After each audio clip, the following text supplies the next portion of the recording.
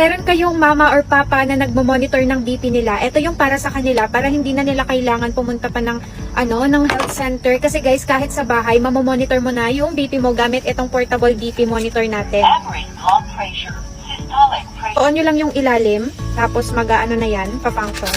Tapos eto, lalagay nyo sa kamay nyo guys, sa may pulso banda, sa wrist. So lalagay nyo siya ng paganon.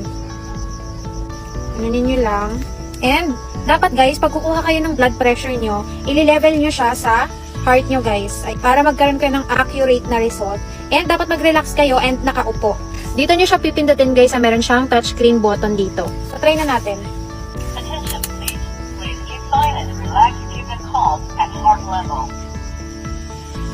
Wait lang natin hanggang mag-load siya. Your blood pressure is systolic pressure 102 millimeter of mercury pillar. Diastolic pressure 63 millimeter of mercury pillar. Your pulse is 86 beats per minute. Measuring result is normal.